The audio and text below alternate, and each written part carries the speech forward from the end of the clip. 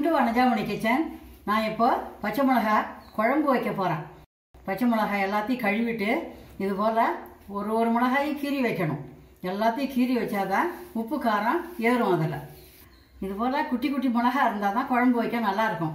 பெரிய மிளகாய் நல்லா இருக்காது, காரம் அதிகமாக இருக்கும். இது காரம் கம்மியாக இருக்கும், சாப்பிடவும் நல்லாயிருக்கும். பச்சை மிளகாய் குழம்பு எப்படி செய்கிறதுன்னு பார்க்கலாம் வாங்க. பச்சை மிளகாய் குழம்பு வைக்க தேவையான பொருட்கள்: ஸ்டவ் ஏற்றிட்டேன், வானல் காயுது. 4 ஸ்பூன் எண்ணெய் போட்டுக்கலாம். எண்ணெய் கொஞ்சம் கூட இருந்தால் தான் குழம்பு நல்லாயிருக்கும். எண்ணெய் காயட்டும். 1 ஸ்பூன் வெந்தயம், 1/2 ஸ்பூன் மிளகு சேர்த்து தாளிச்சிக்கலாம். வெந்தயமும் மிளகும் போடும்போது குழம்பு சூப்பராக இருக்கும், வாசனையாக இருக்கும். வெந்தயம் இருக்கிறதால குழம்பு கெடாதும் இருக்கும். ஃப்ரிட்ஜில் வச்சா 1 வாரம் வரைக்கும் கூட வச்சு சாப்பிட்லாம். இப்போ சின்ன வெங்காயத்தை முழுசாக போட்டிருக்கேன். முழுசாக இருந்தால் தான் சாப்பிடும்போது முழுசாக எடுத்து சாப்பிட நல்லாயிருக்கும். குடும்பமான வரைக்கும் சின்ன வெங்காயம் போட்டு செய்தால் எல்லா குழம்பும் நல்லாயிருக்கும். வெங்காயம் வதங்க கல் உப்பு சேர்த்துக்கிறேன்.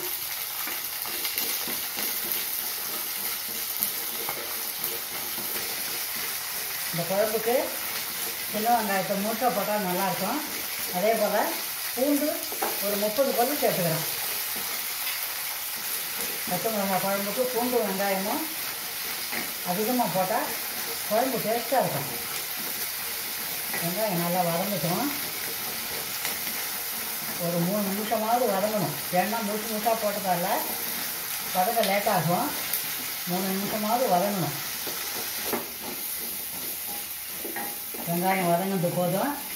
இப்போது இந்த குட்டி குட்டி பச்சை மிளகாயை கழுவிட்டு கீறி வச்சுருக்கேன். எல்லாத்தையும் போட்டு வதக்கலாம்.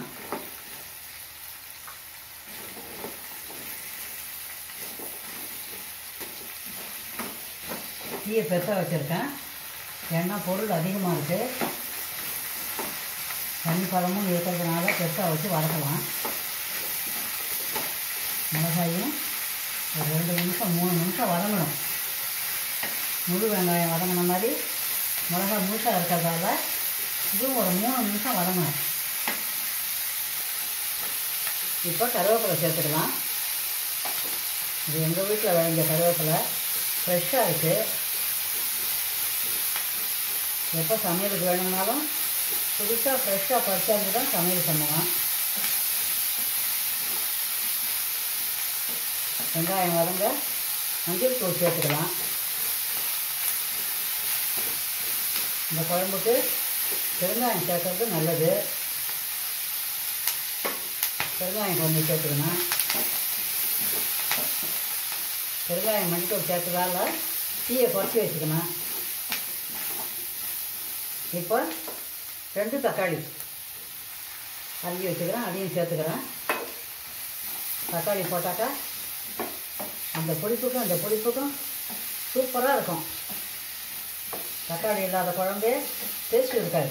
எல்லா குழம்புக்கும் தக்காளி சேர்த்தா டேஸ்ட்டாக இருக்கும்.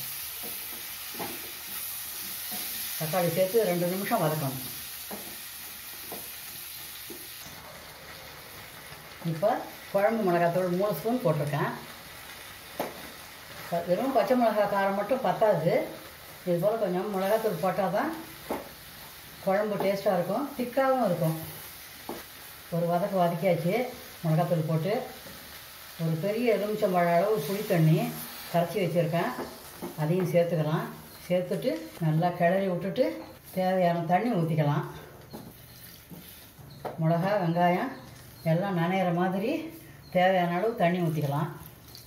தண்ணி ஊற்றி நல்லா கலந்து விட்டுட்டு கொதிக்கணும். கொஞ்சம் திக்காக ஆகிற வரைக்கும் கொதிக்கணும். குழம்பு கொதிக்கட்டும், அப்புறமா பார்க்கலாம். குழம்பு கொதிச்சு விட்டா பார்க்கலாம். குழம்பு கொதித்து திக்காகிடுது. இந்த ஸ்டேஜில் 1 ஸ்பூன் எண்ணெய் போட்டு கடுகு தாளிச்சிக்கலாம். கடுகு கடைசியாக தாளித்தா தான் குழம்பு டேஸ்ட்டாக இருக்கும், வாசனையாகவும் இருக்கும். கடுகு பொரியுது, தாளித்து கொட்டி உடனே மூடணும். அப்போ தான் வாசனை போகாது. கடுகு தாளித்த வாசனை 1 நிமிஷம் அதிலே இருக்கணும். இப்போ திறந்து பார்த்துக்கலாம். கலந்து விட்டுடலாம். பச்சை மிளகாய் குழம்பு இந்த மழை காலத்துக்கு சாப்பிட்டோம்னா உடம்புக்கு ஹீட்டு கொடுக்கும். சின்ன வெங்காயம் போட்டதால் இன்னும் டேஸ்ட்டாக இருக்கும். வெங்காயம், பூண்டு, மிளகா, தக்காளி எல்லாம் போட்டு செய்கிறது இன்னும் டேஸ்ட்டாக இருக்கும். இந்த குழம்பு வெளியில் வச்சு சாப்பிட்டா 2 நாளைக்கு வச்சுருக்கலாம். ஃப்ரிட்ஜில் வச்சு சாப்பிட்டா 1 வாரம் கூட வச்சு சாப்பிட்லாம். பச்சை மிளகாய் குழம்பு ரெடி ஆகிடுது. ட்ரான்ஸ்ஃபர் பண்ணிக்கலாம்.